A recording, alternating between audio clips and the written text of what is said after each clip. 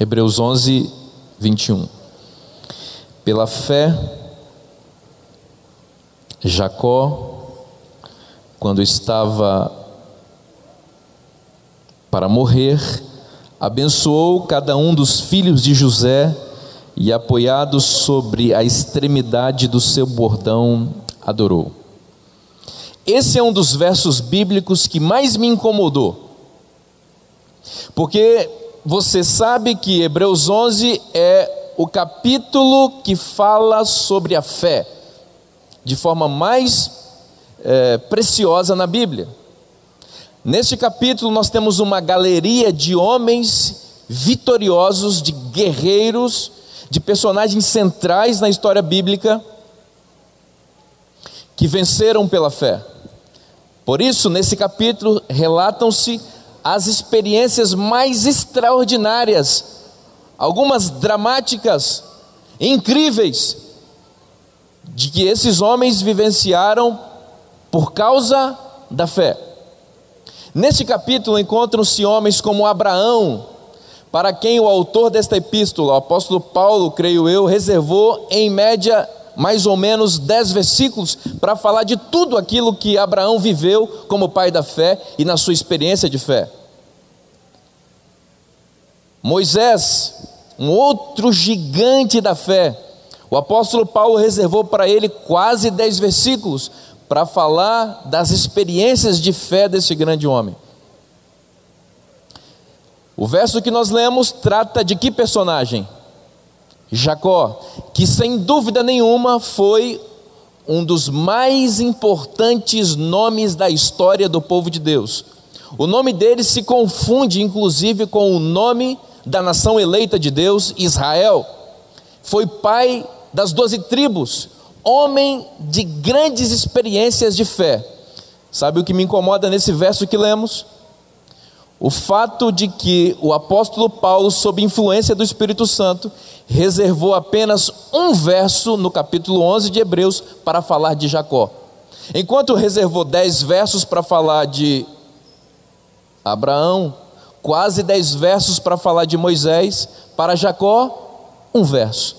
E se isso ou essa economia de espaço não fosse suficiente para nos deixar um pouco assim impressionados, porque um verso apenas, ele escolheu uma experiência que a princípio não revela nada do que a gente espera ou que entra no estereótipo de uma grande experiência de fé.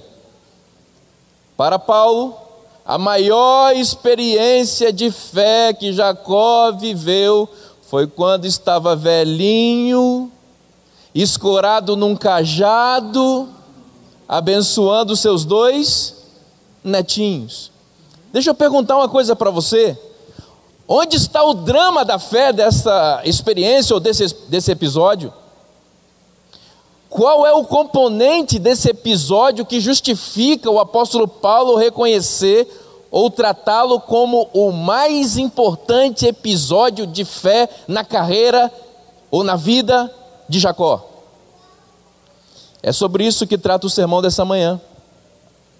E eu vou sugerir para você que Paulo, sob influência do Espírito Santo, obviamente estava certo.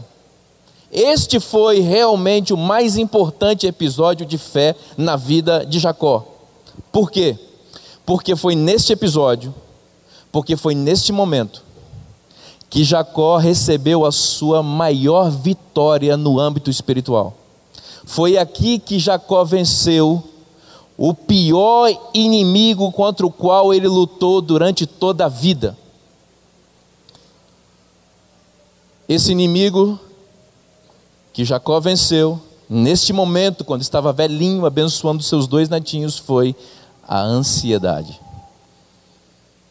Eu não sei se você conhece alguém que tem esse problema raro chamado ansiedade.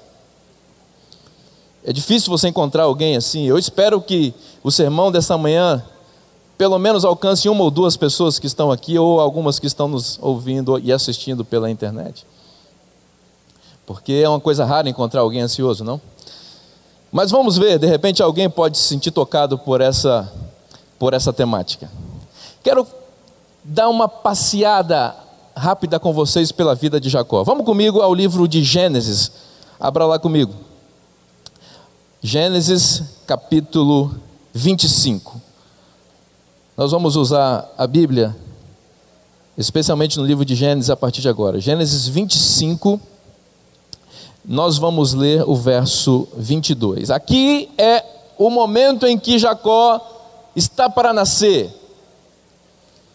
Você sabe que Jacó era irmão de Esaú, irmão gêmeo, e a mãe dele, Rebeca, estava grávida deles nesse momento, quando ela recebeu uma revelação de Deus por meio de um anjo, que disse o seguinte para ela: os filhos lutavam no ventre dela. Então disse ela: se é assim, porque vivo eu? E consultou o Senhor. Agora o anjo do Senhor vai dizer: duas nações há no teu ventre, dois povos nascidos de ti se dividirão, um povo será mais forte e um povo será mais forte que o outro, e o mais velho servirá ao mais moço.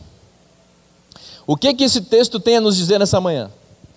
Que por profecia, não confunda, não por predestinação. Nós não cremos, a Bíblia não ensina predestinação, mas por profecia, visão antecipada de Deus a respeito do futuro, estava sendo revelado para esta mulher que o filho mais novo dela, ao contrário do que se esperava, o filho mais novo dela, aquele que nasceria depois dos gêmeos ali, seria o mais importante filho, o primogênito. Então, a informação de Deus já estava clara para ela. O filho que nascer depois será o mais importante. Este vai receber a bênção da primogenitura. Aqui começam os problemas de Jacó. Porque Jacó nasceu depois de Esaú. E a mãe educou o filho Jacó com a informação de que, embora ele não fosse o primogênito, ele seria. Nunca fale sobre o futuro com um ansioso, você vai acabar com o dia dele. Não fale sobre as coisas de amanhã com um ansioso, ele vai começar a roer a unha, ele vai assaltar a geladeira, ele vai fazer coisas que ajudam-no a tentar se livrar daquela coisa que está corroendo ele por dentro, porque o ansioso, em geral, ele está olhando para onde? Para o futuro, olhando para o futuro. E esta informação de que, olha, meu filho, você vai ser o primogênito, você não é, mas você vai ser, começou a corroer a personalidade de Jacó por dentro, e não havia um dia que esse rapaz não pensasse no momento em que esse futuro se concretizaria para ele. Ellen G. White diz no livro Patriarcas e Profetas o seguinte, na página 121: Jacó pensava sempre mais no futuro do que no presente. Isso aqui é uma descrição sucinta, mas precisa de uma pessoa ansiosa. Pessoas ansiosas sempre pensam mais no futuro do que no presente. Elas deixam de viver o presente em busca de uma felicidade que está sempre projetada para frente. Em geral, por conta de um evento que se espera que ocorra, em que todos os seus problemas serão solucionados. Seus problemas acabaram quando chegar o seu futuro. Era assim mais ou menos que Jacó enxergava a vida. A raiz da ansiedade, escute o que eu vou dizer aqui agora, com muita atenção. A raiz da ansiedade é a incredulidade. Não confunda o que eu vou dizer, eu não sou psiquiatra, não sou psicólogo, eu sou pastor. Por isso eu vou falar do ponto de vista bíblico e respeito à psiquiatria e à psicologia, que são ramos do saber essenciais para o ser humano e os tratamentos clínicos psicológicos e psiquiátricos e médicos são necessários, mas eu estou falando daquela ansiedade que duvida de que Deus tem capacidade de cumprir aquilo que Ele promete. Toda a ansiedade, portanto, nesse aspecto, ela nasce da incredulidade. A ansiedade é uma deturpação da fé, enquanto a fé é a certeza das coisas que se esperam. A ansiedade é incerteza a respeito do futuro e a aniquilação, portanto, do presente. É olhar fixamente para o futuro, queimando as etapas da vida. Eu vou mostrar outro exemplo para você que evidencia a ansiedade na vida de Jacó. Gênesis capítulo 25, mesmo capítulo, o verso 21. 31, perdão. Tem uma experiência muito conhecida. O Esaú, o irmão mais velho, suposto primogênito daquela família, voltava do campo de uma caçada com muita fome. E ele sentiu um cheiro que falou ao seu coração. Cheiro de lentilha. Tem gente que se vende por pouca coisa, né? Lentilha. O homem estava com fome e vendeu a primogenitura por um prato de lentilha. Pastor, se fosse um churrasco de picanha, de carne vegetal, peguei você, não? Ou um pudim de leite condensado de soja, aí justificaria, mas um prato de lentilhas, aí não dá. Mas o ponto que eu quero destacar não é esse. Um irmão que pede comida para outro irmão. Você consegue enxergar uma situação mais cotidiana e mais corriqueira do que essa? Coisa banal, coisa simples. Irmãos compartilhando coisas. Não para um ansioso. O ansioso enxerga em tudo, por mais banal, por mais cotidiano, por mais ordinário que seja, uma oportunidade para conquistar aquilo que ele acredita que será a resolução definitiva dos seus problemas. Jacó leu com os óculos da ansiedade viciosa dele, no pedido de seu irmão por um prato de lentilha, a possibilidade de conquistar o quê? A primogenitura. Você está entendendo o que a ansiedade faz com a pessoa? Ela consome o indivíduo completamente. O ansioso enxerga em tudo uma relação com o seu desejo. Alguns exemplos. Por causa da ansiedade, comida para algumas pessoas vira glutonaria. Zelo com o cônjuge, por causa da ansiedade, vira ciúme doentio. O WhatsApp do Filho de Deus não pode tocar que a irmã já fica assim, né? Quem é? E já faz toda... E o irmão também. Sabe aquela coisa? A ansiedade que está te consumindo os seus relacionamentos. Zelo natural virando ciúme doentio. Sexo, por causa da ansiedade em algumas pessoas, vira perversão. Necessidades básicas da vida, para algumas pessoas extremamente ansiosas, vira consumismo. Aí pega aquele pedacinho de plástico, insere na máquina e digita a senha. Ele é o Deus do mundo naquele momento, né? Que poder, né? Extraordinário. Poder mesmo é quando a conta do cartão de crédito chega depois, né? Desejo de satisfazer um buraco, um vazio que tem aqui dentro. Para algumas pessoas a ansiedade faz que necessidades virem consumismo exacerbado. Bom, vamos ver um pouco mais. Ellen G. White diz no livro Patriarcas e Profetas, na página 122, veja isso aqui: dia e noite, o assunto da primogenitura lhe ocupava os pensamentos de Jacó. até que se tornou o interesse absorvente de sua vida. Isso aqui é uma linguagem antiga. Eu até sugeri para o meu colega editor de Ellen White que ele desse uma atualizada nessa expressão. É óbvio que não daria para ser exatamente isso, mas é exatamente isso que eu vou te dizer. Jacó virou um obcecado. Interesse absorvente para a vida significa ele tinha uma obsessão, e obsessão nunca é bênção. Tanto é que ele conseguiu enxergar a primogenitura num prato de lentilha. Só um obcecado conseguiria ver essas coisas.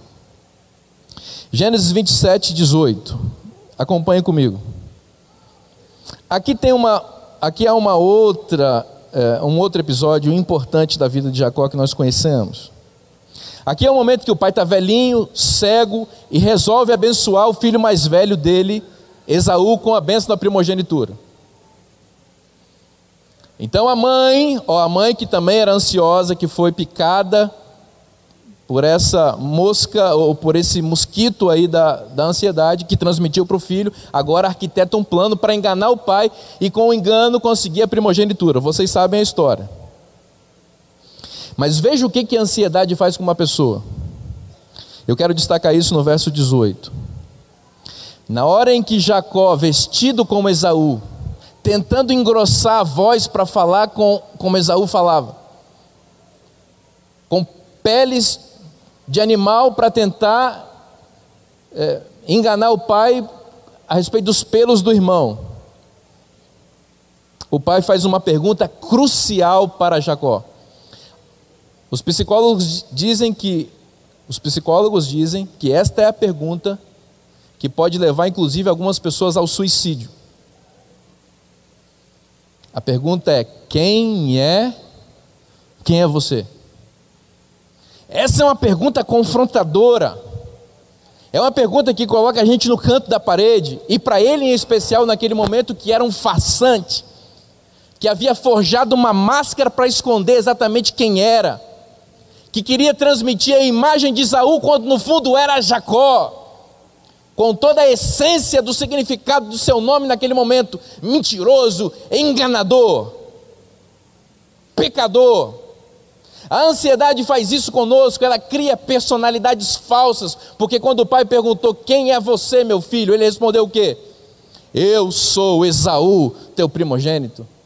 Você entende o que a ansiedade faz com o indivíduo? Ela forja máscaras atrás das quais nós nos escondemos, para evitar o confronto direto com aquilo que somos. E o inimigo tem usado inclusive a ansiedade para isso, porque ele sabe que só há salvação para nós quando nós olhamos no espelho da alma e nos deparamos com profundidade com o reflexo que ele nos revela, isto é, quem nós somos em essência. Só quando nós entendemos a natureza pecaminosa que está carcomendo nossa existência e nos desesperamos disso ou por conta disso e vamos a Deus com fé, nós temos esperança de salvação. Mas para evitar isso, o inimigo vai oferecendo máscaras para que nós não nos deparemos com nossa condição exatamente.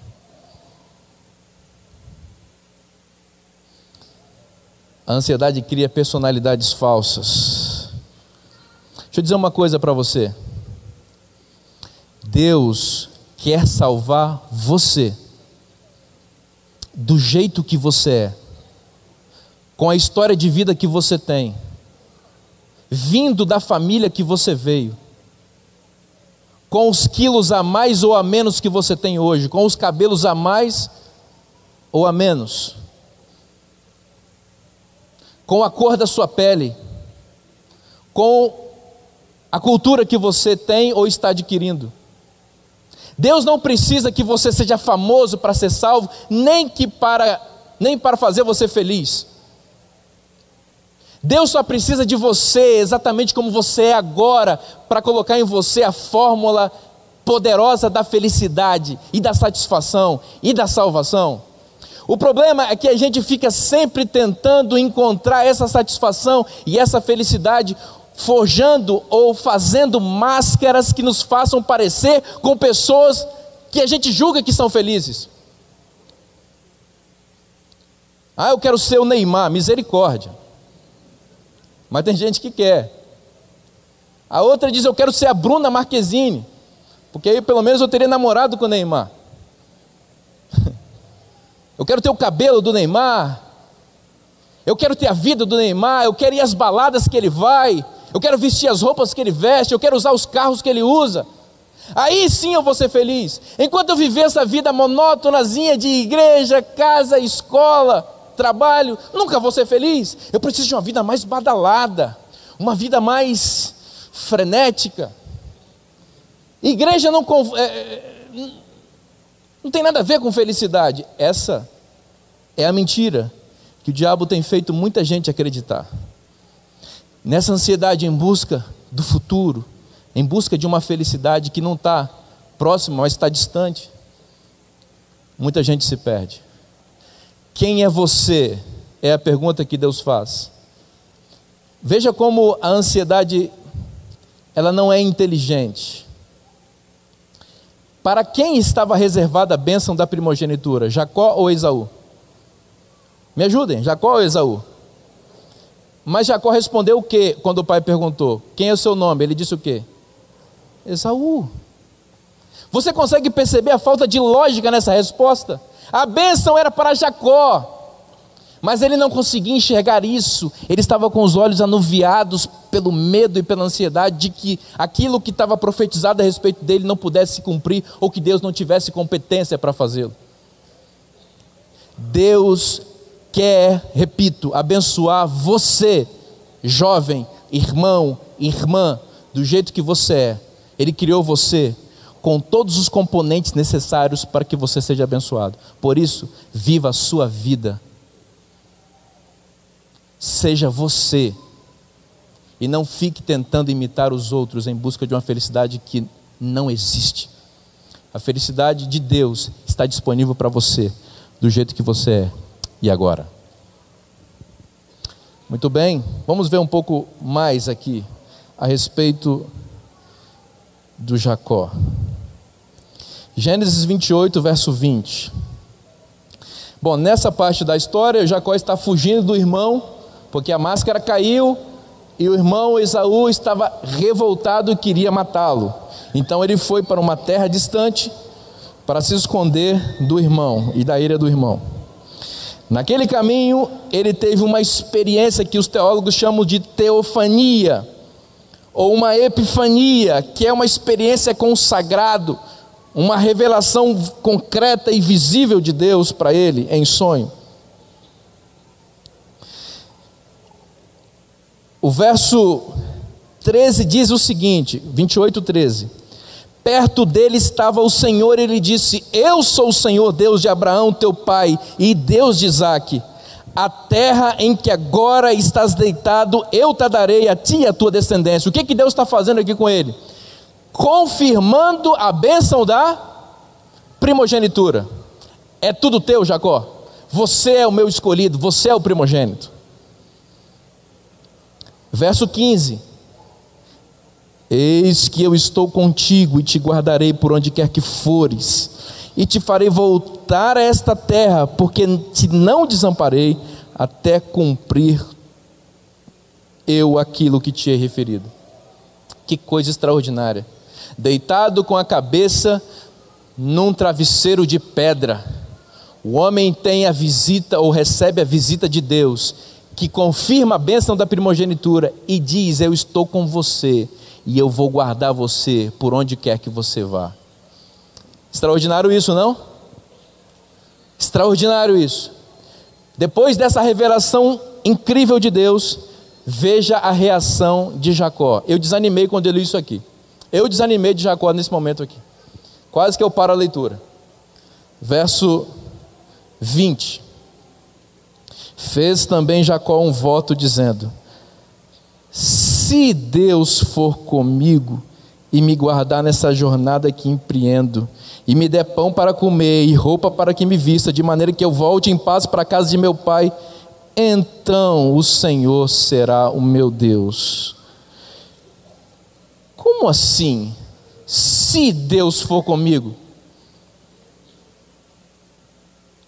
Deus em pessoa acabara de aparecer para ele e falou: meu filho, eu vou com você. O Filho de Deus acorda do sonho e faz um voto com a partícula condicional iniciando a oração: se Deus for comigo. E se Deus for comigo, ele diz no verso 22: eu vou erigir uma coluna na casa de Deus, e tudo quanto me concederes, certamente eu darei o dízimo. Parece algumas pessoas que dizem assim: pastor, se Deus me der um emprego que não me obrigue a trabalhar no sábado, aí sim, pastor, eu vou ser feliz e abençoado, e eu vou tomar uma decisão ao lado de Deus.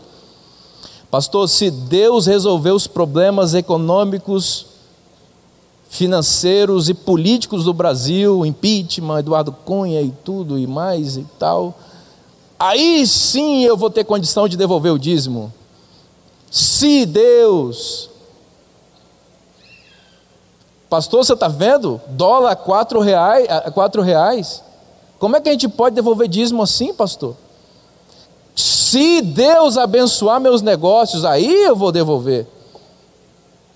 Se minha família entender e quiser me seguir, aí eu me batizo. Se, e uma série de condições para que Deus seja o nosso Deus. Deixa eu dizer uma coisa para você.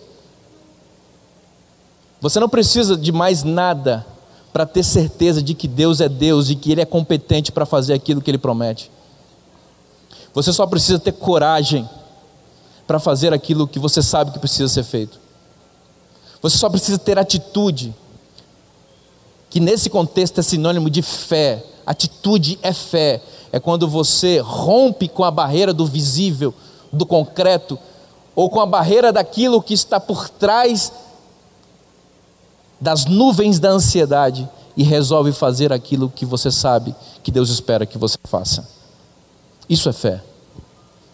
Enquanto nós colocarmos condições, nós nunca receberemos a bênção de Deus em plenitude na nossa vida.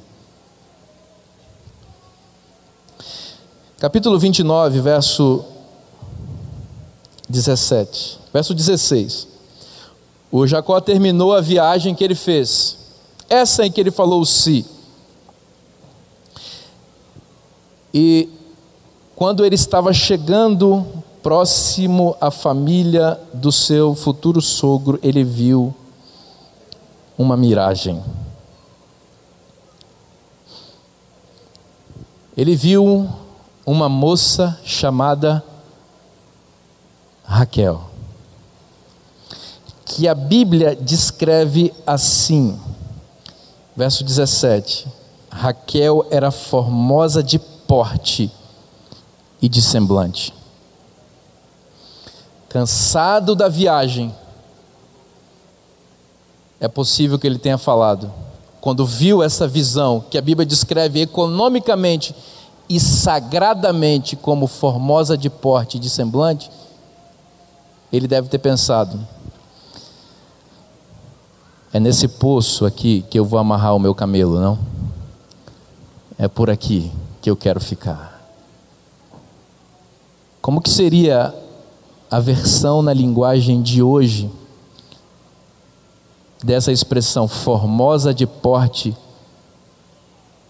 Por favor, não fale. Pode ser perigoso. O Jacó olhou para ela e disse: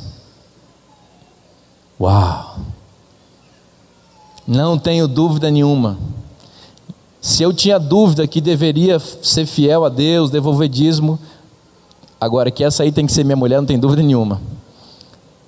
Eu quero e pronto, faço qualquer coisa. Quantos anos eu tenho que trabalhar, meu sogro? É só 7. Pede o que você quiser, meu amigo. Por essa aí eu trabalho a vida inteira. Eu sou escravo seu e dela depois, inclusive. Labão era um sogro inteligente, não? Eu que sou pai de menina, estou pensando um pouco nos conselhos de Labão aqui.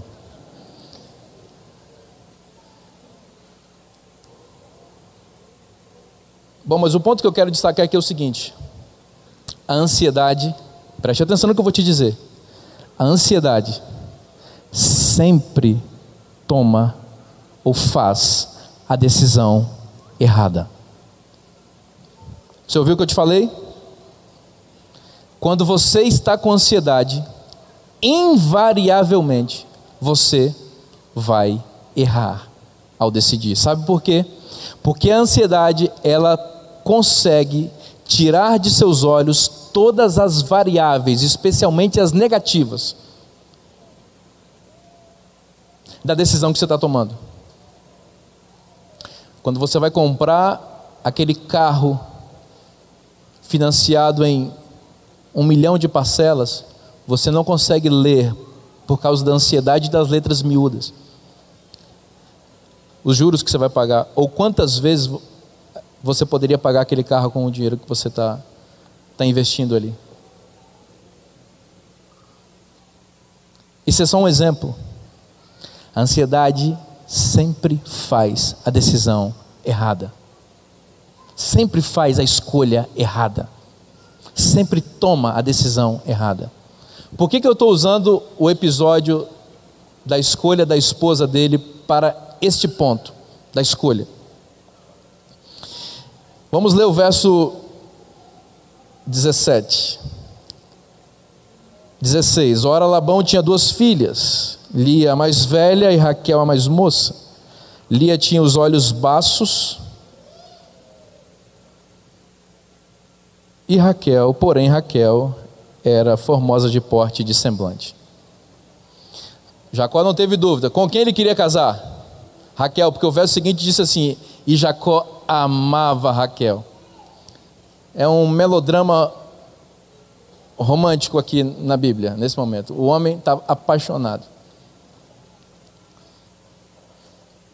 Só que eu estou convencido de que Raquel não era a pessoa mais adequada com quem Jacó deveria se casar.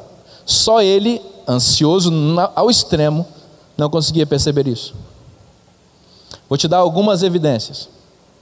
A primeira: Deus nunca planejou a poligamia, a bigamia ou a poligamia. Portanto, com quantas mulheres Deus queria que Jacó casasse? Uma só esposa. Esse é o plano de Deus, sempre foi, ok? Segunda coisa: Jacó, ou estava profetizado a respeito de Jacó, que ele seria pai da ascendência de Jesus Cristo. Pai da ascendência de Jesus Cristo. Um dia Deus falou para Abraão: em ti serão benditas todas as famílias da terra. E Deus repetiu isso para Jacó. Isso significa dizer o quê? Você vai ser pai do Messias. Entre os seus descendentes haverá o Messias.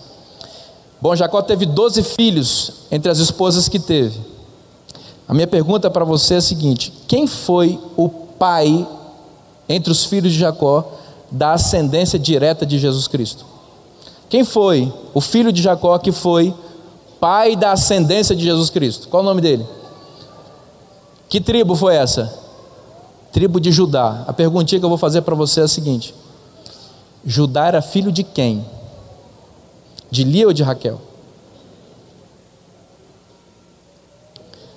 Judá era filho de Lia. Aí você pode pensar assim: mas pastor, na minha Bíblia está dizendo que a mulher tinha olhos baços. Deus não tem pena do rapaz? Não, porque a outra era bonitona. Se você olhar uma versão contemporânea, por exemplo, Nova Tradução na Linguagem de Hoje, que é mais fiel nesse texto ao original, o que está escrito aí é o seguinte: se você tem, abra 29 verso 17. Lia tinha olhos mimosos. Isto é, Lia tinha olhos meigos. Lia tinha olhos doces. Lia era uma menina normal. com olhos doces. Isso me faz sugerir que a outra tinha aquele olhar 47, não? Corpão e olhar 47.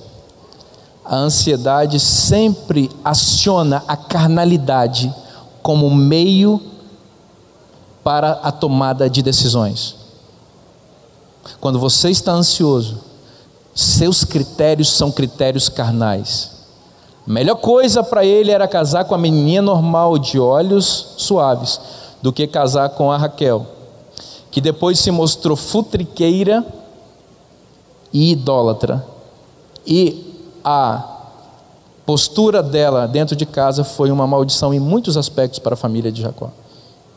Deus transforma maldições em bênçãos, tanto é que ela foi mãe também de um grande homem chamado José. Mas o plano de Deus nunca foi que ele tivesse duas esposas, mas que tivesse se casado com alguém mais adaptado à sua personalidade e ao seu ministério. Pastor, eu estou namorando com um pão. Cuidado que ele pode ser um pão dormido, usa essa expressão aqui, né? O pão dormido é aquele que fica para o dia seguinte, ele fica duro. E aí você vai se deparar com a realidade da vida. Pastor, a minha namorada é um avião. Aviões caem e a tragédia é grave. Eu tenho medo de andar de avião. Então, use para tudo na vida os critérios de Jesus e cuide-se com a ansiedade na hora de escolher, especialmente as principais escolhas da vida: cônjuge, trabalho e religião. São três coisas que você não pode se deixar levar e não pode permitir que a ansiedade ou qualquer outra coisa atrapalhe sua visão a respeito de todas as variáveis envolvidas nesse processo. Bom,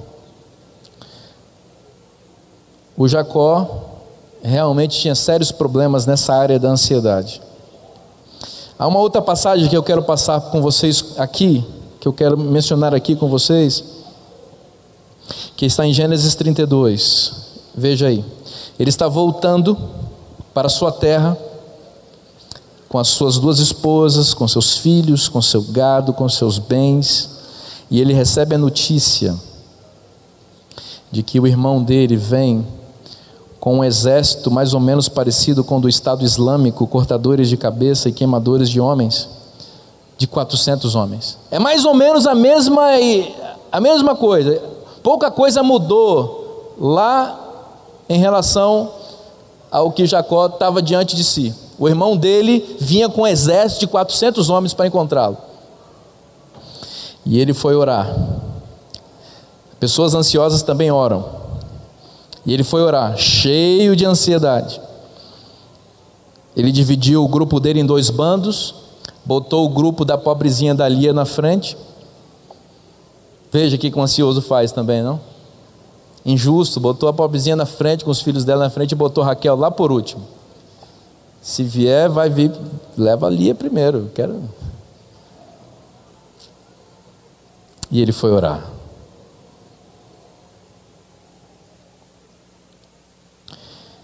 O verso 24, no verso 24, o autor desse relato nos dá a perspectiva de Jacó. É uma sacada literária na Bíblia aqui. Moisés era um mestre na arte da literatura e, inspirado pelo Espírito Santo, ele nos reservou essa pérola aqui. Gênesis 32, 24. Ficando ele só, lutava com ele um homem até o romper do dia. Deixa eu fazer uma pergunta para você. Quem estava lutando com Jacó? O anjo do Senhor, o próprio Jesus Cristo pré-encarnado, estava lutando com ele. Mas para Jacó, quem estava lutando com ele? Um homem. Mais do que um homem, para Jacó, ali estava um inimigo. Você consegue entender o que a ansiedade faz com a gente? Ela transforma em nossa visão Deus em homem e em inimigo. Modulados pela ansiedade, vamos tocando nossa vida e nos tornamos alheios e avessos às interferências de Deus. Quando Deus age, nós nos opomos, nós nos rebelamos. Nós não queremos ouvir. Quando Deus usa pessoas para nos orientar, usa a Bíblia, usa o espírito de profecia, eu não quero ouvir. Deus se torna um inimigo contra o qual nós lutamos ferrenhamente, porque a gente acredita que a felicidade ou o sucesso da vida está em nossas mãos. Cheios de vaidade orgulhosa e ansiosa, nós nos colocamos acima de Deus e queremos dirigir a própria vida, e lutamos contra Deus. Outra coisa que esse verso extraordinário me revela, ele diz: ficando ele só. É isso que a ansiedade faz com você. Esse mecanismo satânico, pecaminoso, que o diabo colocou automaticamente no coração de muita gente. Ela nos coloca sós, nos separa de pessoas, rompe relacionamentos e nos separa de Deus. E Deus precisa vir para lutar conosco, para nos resgatar do fundo do poço no qual nós mesmos nos metemos. Ficando ele só, lutava com ele um homem. Não era um homem, é Deus. Era Deus. Por favor, permita que o colírio do Espírito Santo toque seus olhos, a fim de que você consiga enxergar as intervenções de Deus abençoando você, usando pessoas que você nem imagina. Lembra que Jesus disse em Mateus 25? Eu estive nu e não me vestiste, estive preso e não foste me visitar. O que esse texto também nos revela? De que Jesus muitas vezes está disfarçado no meio de nós, nos dando lições, falando coisas lindas, escondido em crianças, por trás de gestos, por trás de insights, e nós muitas vezes não percebemos ou nos rebelamos contra. Que nossos olhos consigam enxergar Deus e suas intervenções em nossa vida. Bom, eu não vim aqui para falar de ansiedade, eu vim aqui para falar da cura da ansiedade. Por isso eu vou voltar para onde eu comecei. Vocês se lembram? Qual foi o verso que eu li para começar esse sermão? Hebreus 11, 21, não precisa abrir. Mas o que está acontecendo lá? Jacó está abençoando os seus 2 netinhos. E o apóstolo Paulo diz: pela fé Jacó, escorado num bordão, abençoou os seus 2 netinhos. E eu comecei perguntando para vocês: onde está o componente de fé desse episódio? Onde está o drama? Onde está o desafio? O que tem de excepcional, de extraordinário num homem velhinho, depois de ter vivido toda a vida seguido e perseguido pela ansiedade, cheio de decisões erradas na vida, com uma prole numerosa, uma família desarticulada, problemática? Onde está a bênção? Onde está a fé de um homem que abençoa 2 netinhos escurados num cajado? Eu disse para vocês que foi nesse momento que Jacó teve a principal vitória da vida.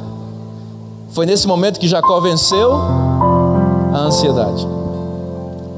Por quê? Onde está a vitória aí? Ele estava velhinho, havia reencontrado com seu filho José, que havia sido tirado dele, levado cativo para o Egito, onde se tornou governador do Egito.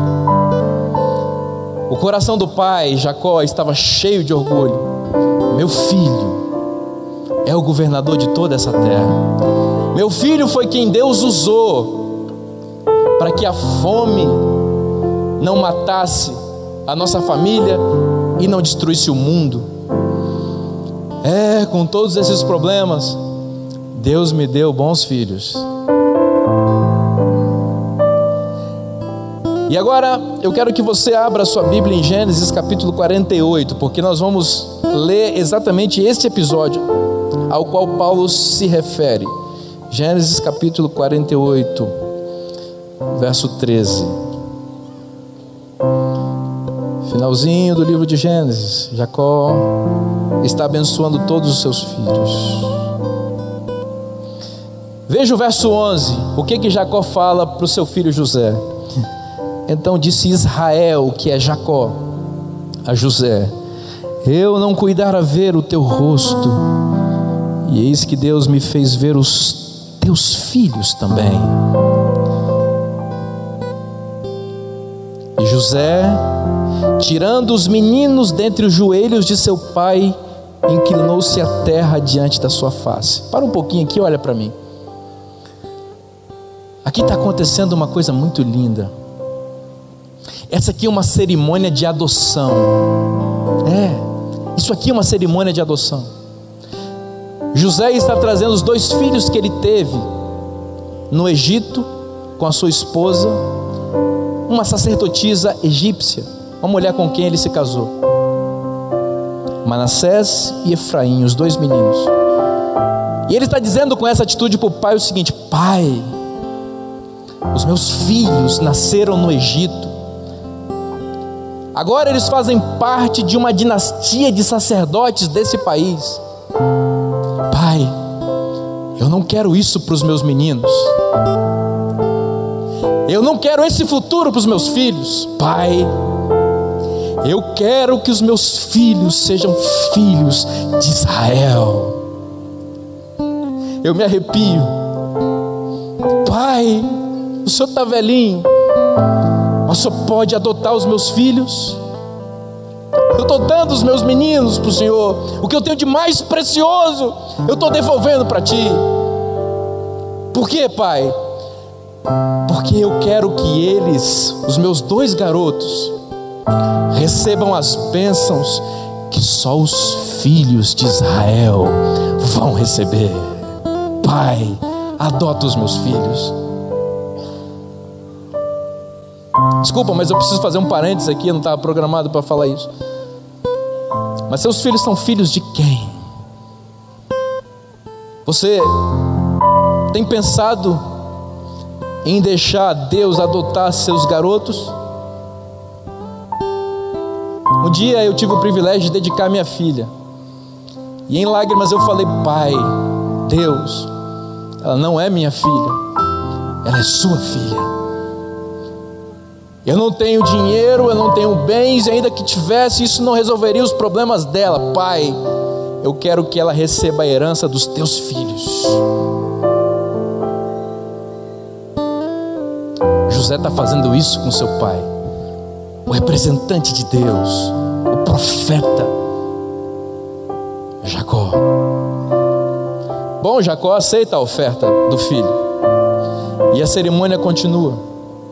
Mas aqui há um componente que às vezes passa despercebido diante dos nossos olhos.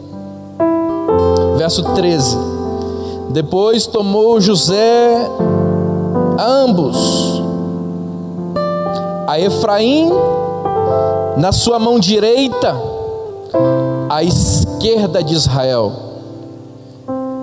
e a Manassés na mão direita, e a Manassés na sua esquerda, à direita de Israel, e fê-los chegar a ele. Deixa eu te explicar isso aqui. José tinha 2 filhos, Manassés e Efraim. Manassés era o filho mais velho, e Efraim o filho mais novo. Então o que José fez?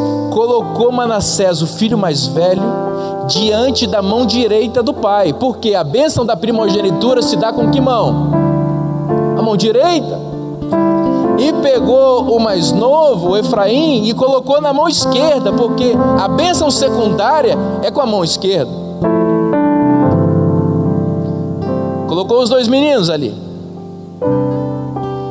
É uma cerimônia cheia de espiritualidade e de fé.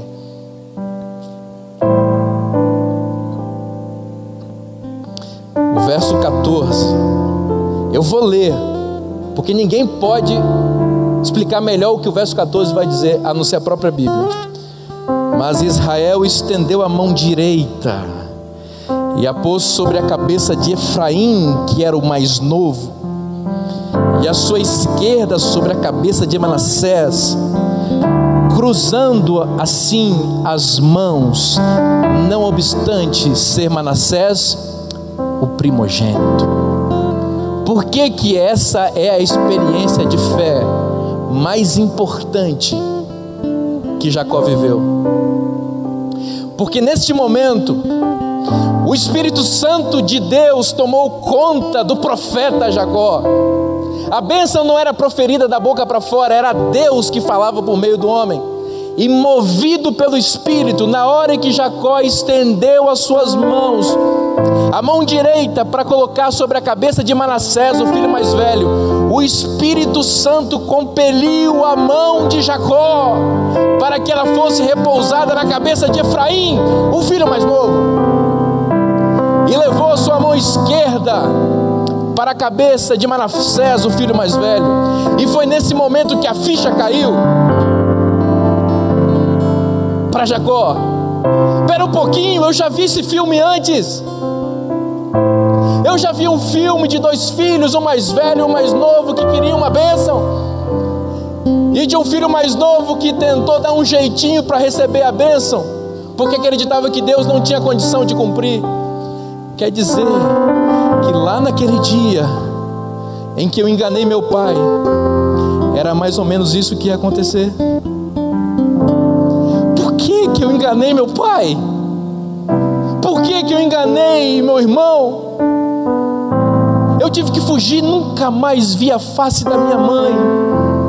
Fui enganado pelo meu sogro, tive uma família disfuncional, tive 2 esposas, concubinas, vi meus filhos fazerem tragédias. Olha que vida eu tive, simplesmente porque eu duvidei de que Deus pudesse fazer aquilo que Ele prometeu. Essa é a maior experiência de fé na vida de Jacó, porque ele entendeu naquele momento que quando Deus promete, Ele cumpre. Deus tem prometido grandes bênçãos para você, e essas bênçãos estão reveladas na Bíblia. Bênçãos que alcançam a sua família, que alcançam a sua descendência, os seus filhos, os filhos de seus filhos. Deus está estabelecendo uma geração de pessoas salvas, e Ele quer usar você e a sua fé, e a fé e a religião na sua família. É preciso que hoje você tenha coragem para crer naquilo que Deus promete, que você tenha fé e disposição para se colocar ao lado de Deus, ainda que as circunstâncias humanas digam o contrário para você. É por isso que nessa manhã eu quero fazer um convite para todos que estão aqui, que querem vencer a ansiedade que afasta de Deus, a ansiedade que faz duvidar de Deus, a ansiedade que faz questionar as ordens de Deus, a ansiedade que faz você querer ter o controle da vida e tirar a direção de Deus da sua vida e da sua família. Eu quero convidar pessoas que estão aqui nesta manhã, que querem receber de Deus o ansiolítico do céu, fabricado nos laboratórios da Nova Jerusalém, que comunica paz e saciedade plena para a vida. Se esse é o seu caso, ou é o seu caso e de sua família e de seus filhos, quero convidar você a sair do seu lugar e vir aqui à frente e dizer: Senhor, eu quero descansar em Ti e quero me saciar apenas no Senhor. Eu quero apenas crer no que o Senhor diz e quero descansar nas Tuas promessas.